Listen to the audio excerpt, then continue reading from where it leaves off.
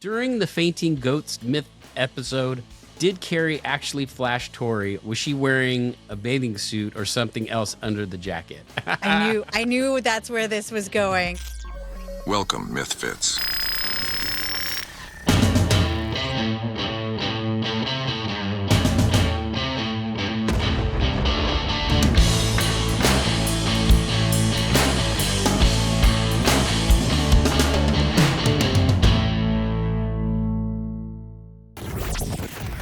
Hey everybody, welcome to Mythfits. I'm Kari Byron. And I am Tory Belleci, and we are back with another episode of Mythfits. And this is, my gosh, dude, we got so many questions on Instagram when we did our first AMA episode that we've decided we're going to make a round two. So this is AMA the Redux. And in case you guys don't know what AMA is, that stands for Ask Me Anything. We did these on Reddit all the time back in the MythBusters days. So we're just like going to continue the tradition.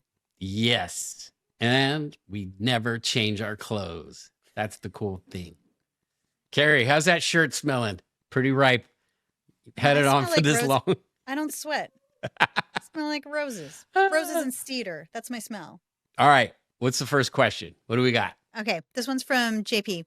Did Tory ever get pranked on Mythbusters? Who is the best prank victim?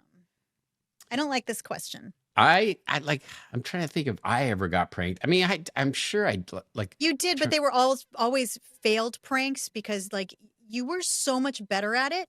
And the reason I don't like this question is because I was always the best victim. Why? You were so I'm gullible. Yeah. I'm trusting, and I have very big reactions. Mm-hmm. And you are just diabolical. Diabolical. I mean, well, not diabolical. It was more out of me. good lighthearted fun.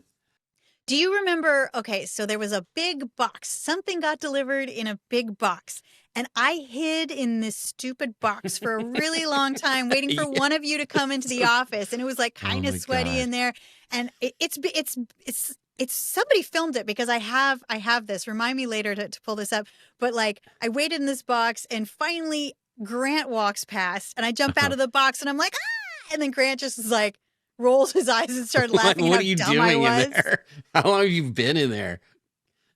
Go to work. Good. But you, on the other hand, were so good at planning. And you played the long game. It wasn't just like the jump scare. It was the slow character development of a prank. I remember this because it was that one episode where we had to collect spit. And we had to collect it for a really long time because we were trying to reanimate a cow tongue with actual spit because it was sticking your tongue to a frozen pole. Right. So that was the myth. It was from the movie A Christmas Story. And the kid sticks his tongue on a frozen flagpole and it sticks. And so we're like, and we didn't want to do it ourselves, just in case. Let's test that. And yeah, before we put a human up to the challenge, let's make a analog faked, like let's take a tongue, get it warm. Oh, so gross. It was a cow tongue. Grant had made it so that like it would stay at temperature because he had a tube going through it that kept it warm, but we needed actual spit and we needed to be like real. So everybody would spit into this tube all week long. Yeah, so we had these giant beakers and there was two rules. You couldn't spit after lunch because we didn't want to get food particles into the saliva.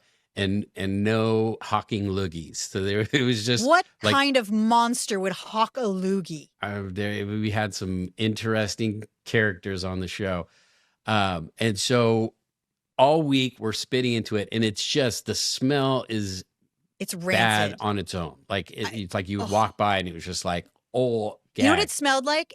I don't know if you ever had a retainer, but like it smelled like when your retainer hasn't been washed, like old retainer. Like it was just this like really gross, stanky, bad breath smell, but like culminated into like this gross tube of like getting more yellow saliva, which is like, that's one of my trigger things. Like I'm like, it makes me nauseous to think about. I was really you guys would constantly get me dry heaving anytime that tube would move or we would smell it. And especially when I had to take it and get it up to temperature and had to microwave it, and it just filled the whole office. So the plan was we have this cow tongue that we have made it body temperature.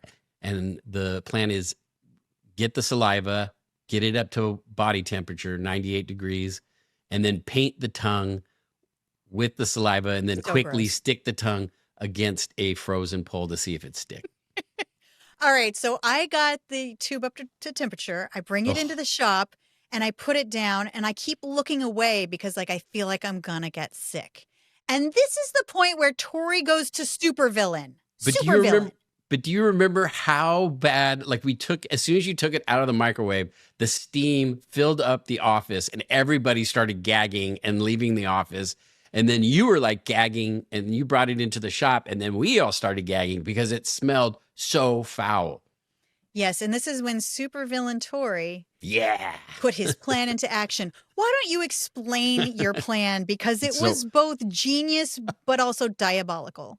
So while she was in there microwaving the saliva, I had gotten an identical beaker that I filled with water and put a little coffee in there so it looked a little murky. And I had it hiding underneath the work table. She brought the steaming beaker out, put it on the table, and she was looking to the camera, doing an interview, talking to camera. So when she looked away, I pulled the real beaker, put it under the table, and put the fake beaker on top. And so after she's done talking, she turns around and I go, "Ooh, I'm going to drink it." And you're like, "I dare you to drink it." And so I took a big swig and everybody else was in on it because they saw me swap the beakers, but Kari threw up in the garbage can. It grossed her out so bad that she actually went to the garbage can and vomited a little bit.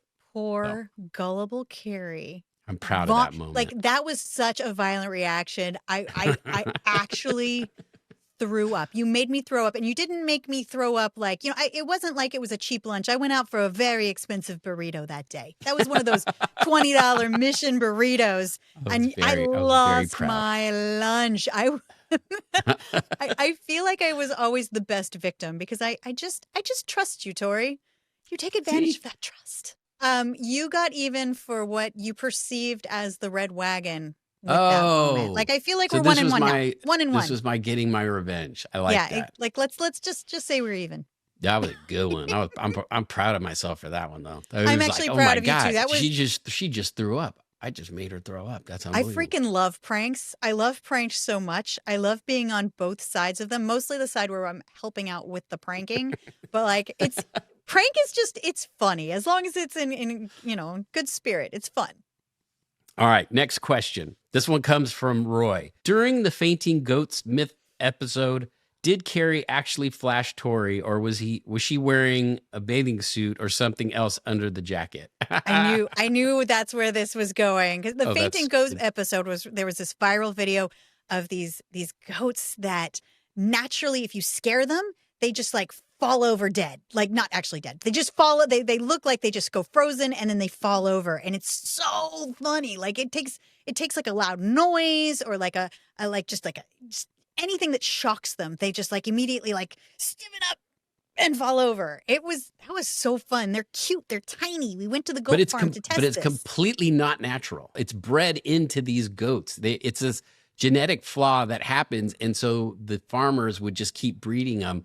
And the whole point of these goats is they're to take one for the team, which isn't even their team, the sheep. So if there's a predator that comes into the flock of sheep, the goat is in there, the sheep take off running, but then the goat freezes up and falls over, and then the predator goes after the goat.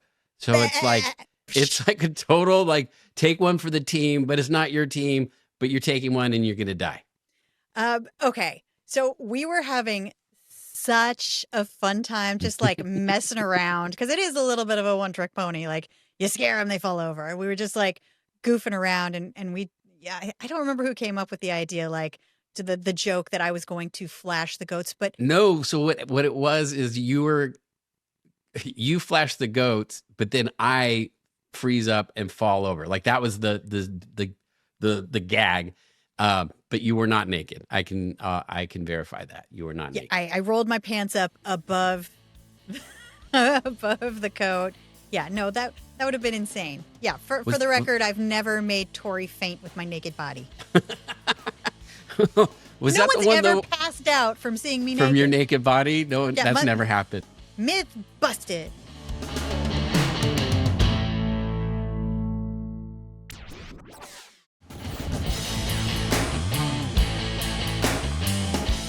Your turn. All right, it's my turn. Okay, hold on. All right, so this one is from Dave. With MythBusters now on YouTube, do you get anything from that? I'd love to make sure I'm supporting you the right way. Well, Dave, Thanks, if you are listening to Mythfits right now, you are supporting us in the right way. Thank you. And the answer to that question is no, we don't get anything.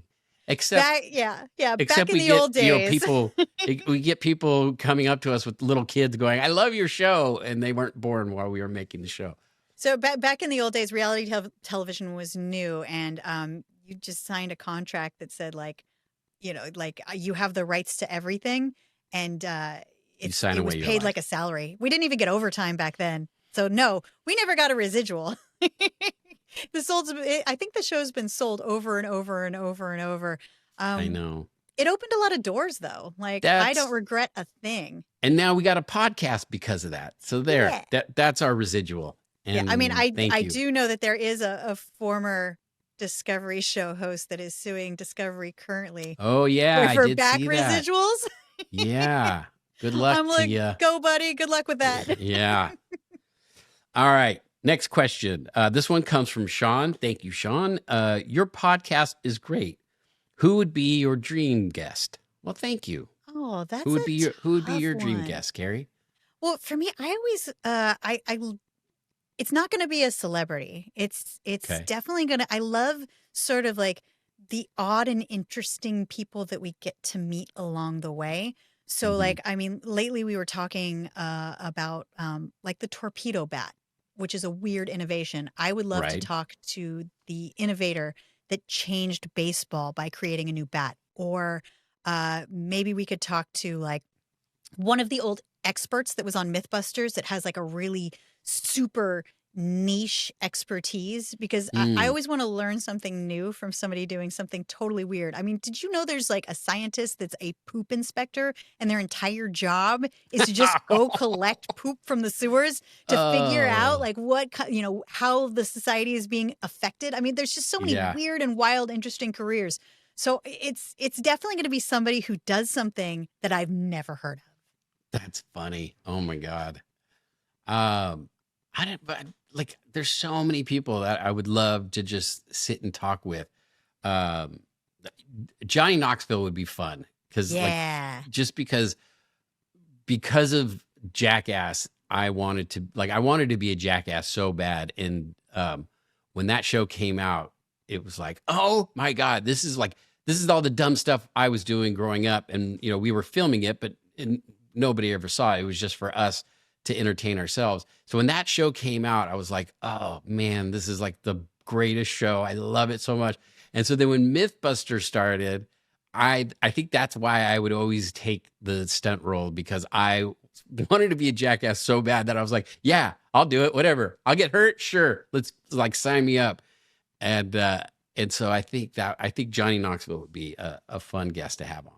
If I was going to go the celebrity route, I know I said that wouldn't be my dream guest, but I was actually my brain just went to every now and then we'd have a celebrity visit set. And the one that had the best stories that totally freaked me out is, do you remember when Tom Hanks just like showed up? Yes. He just showed up. And he was so nice and so funny and had the weirdest, most awesome behind the scenes story.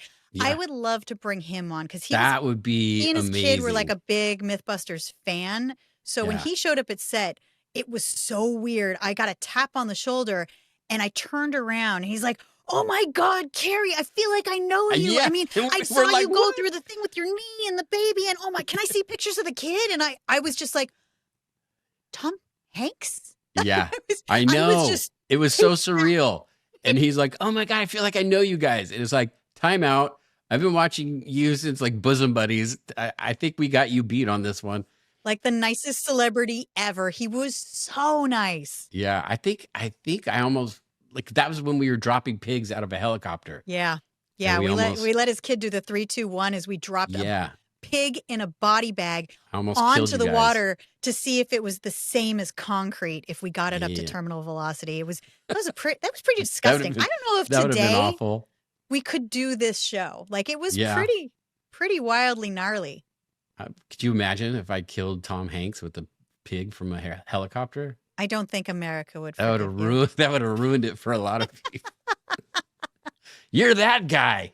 All right, this one comes from Blake. This one's for you, Kari. Okay. Do you miss going to LDRS?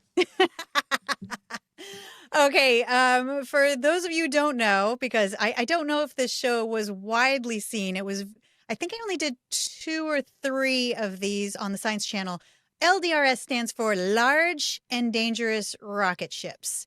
And it was like, guerrilla engineers that would go out and make these, rocket contests that, was, model rocketry, but taken to the extreme. Like the FAA had to close airspace when they would do the big rockets, and people would launch all kinds of Wasn't it right weird next things. to a naval base? No, it was all over the place. It moved around to different places, and they were happening all over the country. And it was a really wild experience because it was so, I mean, first of all, it was adorable because the kids would be involved, and it was like their entry into rockets, and they'd get so excited about it. And I felt like that, like, parent kid thing to do. I'm sure you'll do it with your daughter someday. I tried to do it with mine as well, but what made them large and dangerous is sometimes they made them large and dangerous, and some of these were hilarious. Like I remember one. They launched like a mannequin. Oh, so many. I was there was like, one that is so where crazy a coffin looking. went into the air, and then at apogee it opened and a vampire fell out. The one that cracked me up the most, though, I told this story on Conan O'Brien. That is one guest I would love to have is actually Conan. Oh my God, he is hilarious. Have you watched his podcast? Dude, his podcast is so funny. He's so funny. So he was interviewing me, and he had like pulled up a bunch of pictures from the contest, and there were 2 in particular he talked about. One, there was a bride that shot up into air, and at apogee, a baby came out from underneath her and parachuted. That's so dark. That's so twisted. So funny. But the other twisted. one was a guy just made a rocket of a boob. It was just a boob. And I like that. That's a good idea. That guy's a genius. That's not bad. I loved the humor and the levity, and like this was all part of like the science sports things, like when you did flying anvils, and like we each had the thing that we were following. Yeah. Grant had Robot Wars. So large and dangerous. So do you miss it? I miss a lot of aspects about it. I mean, they were really long, hard days because it was usually someplace that was super duper hot, and they were kind of dangerous. Like rockets fell out of the sky sometimes. And I remember the first one I went to, the head of Science Channel called and was like, "You guys need to watch her. I heard a rocket almost fell on her." And they got me into a golf cart instead of walking around. Like there was so many weird things that happened. Like a rocket fell over and went sideways. And the people who were launching it got them like a burn across their stomachs because it went, and they had to be like helevac'd out. And I was just like, where am I? What is getting yourself happening? killed for some ridiculous hobby? I love it. I mean, nobody. That's awesome. Like everybody is fine. Like everybody ended up fine, but like it was just always wild to do these kind of like out in the middle of nowhere wild contests. It was fun. I did like that franchise. That's the thing that sucks about those, like when you're doing something that's super dangerous like that, whether you're launching something or, blowing something up, you usually have to go out in the middle of nowhere, and it's for whatever reason, it's always dusty and always hot. So yeah, I can imagine you probably don't miss that. But I really liked I met the most interesting people who were like, I love people that have like a passion for one thing. I don't care if it's like college football or rocketry. Yeah. When somebody's super passionate about something, it's so fun to talk to them. I mean, if you think about it, like that was the stuff I was doing when I was a kid. You had the little model rockets with the SD engines, and you go down to the school and launch it kind of in an open field. But these guys never let go of that hobby. Like they held on, and now they're making crazy rockets. Rockets. You're going to get some interesting characters there, I would imagine. Model rocketry has inspired people to go work at NASA. Like it's a really cool kind of entry into like a STEM career. You think Elon Musk ever played with model rockets when he was a kid? I don't know. I bet. Or Jeff Bezos? Yeah, probably. They're very interested in these rockets now. I'm just curious if they were fans of model rockets growing up.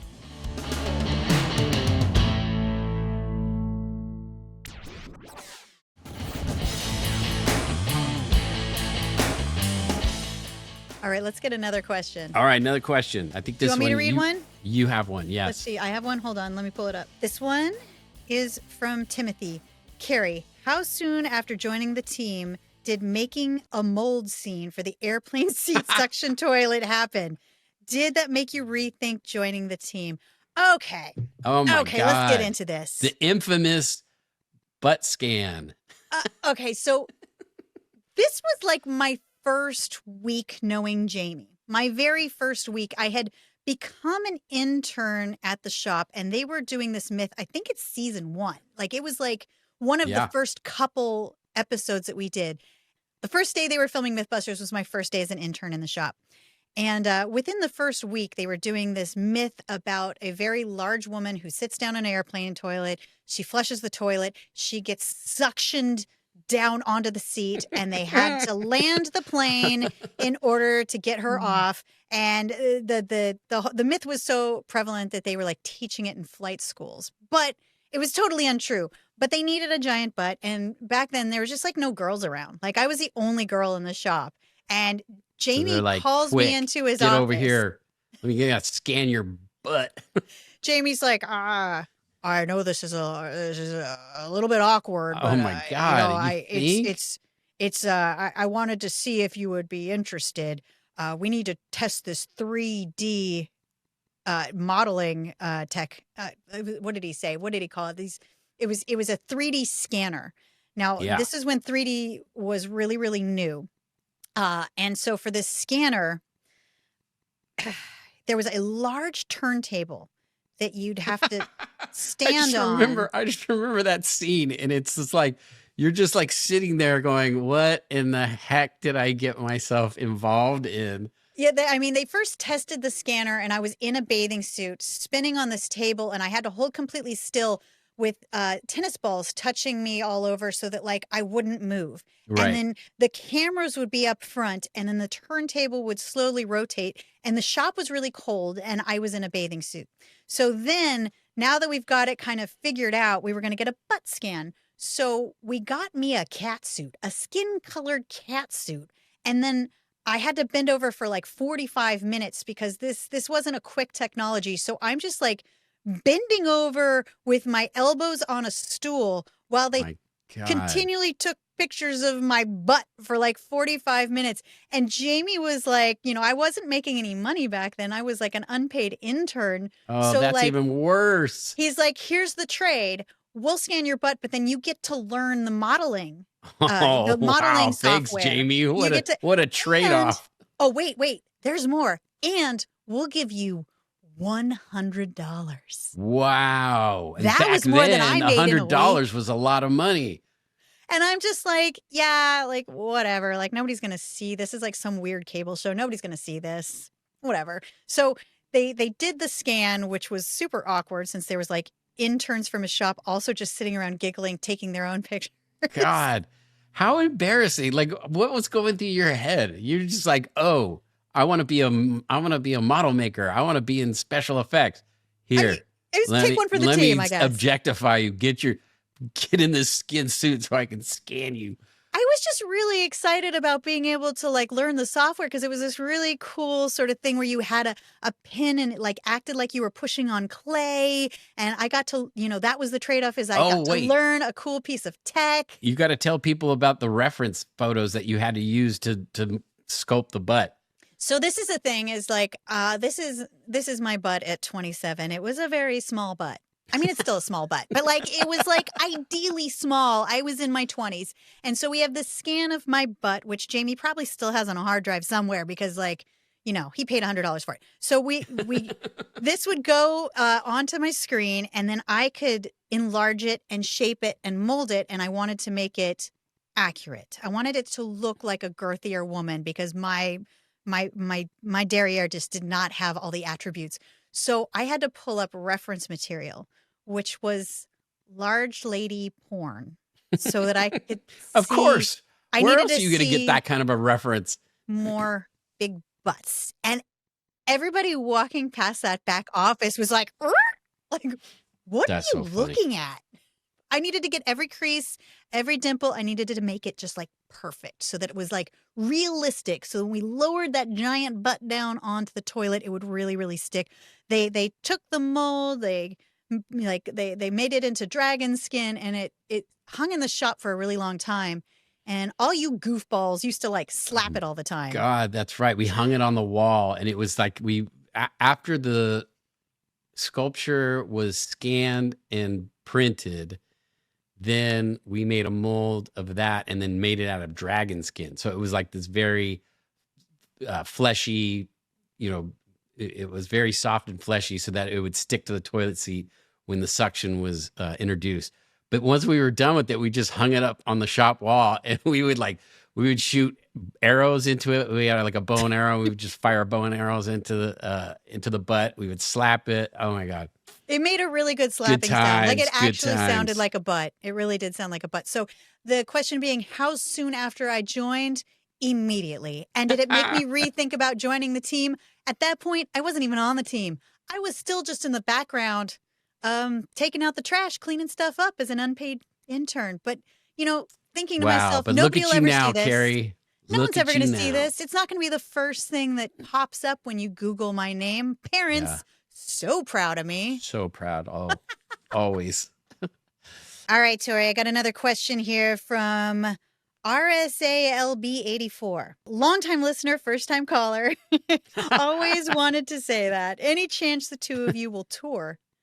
That's a good idea. I mean, we did a live tour a long time ago with White Rabbit, you, me, and Grant Yeah. on the road. And that was fun. That was like a little road trip. I'd do it. Would you do it? Oh my God, totally. That would be it'd be like doing the comic conventions again. Yeah. You know what? If you guys can tell us where you're from, and then we'll see if enough of you guys are from certain areas. Well, that would be fun. We'll do a little Mythfits tour. Yeah, where would you like us to tour to? Would it be a convention? Would it be your hometown? Like, where would you want us to go to? Tag us, tell us. Would it be your dungeon, your homemade dungeon in your garage, in your basement? Do you have one of those? Yeah, so thank you everybody for listening. And yeah, give us more questions. Tell us, like, where would you want us to tour? That's kind of a fun idea. This was a good one. I think we need to do this more often. Like, this is exactly why we started this whole podcast, is that we can reconnect with the fans, interact with them. So thank you for all the questions. Please don't forget to subscribe, give us a good review, join the Mythfits community. That's it. Mythfits out.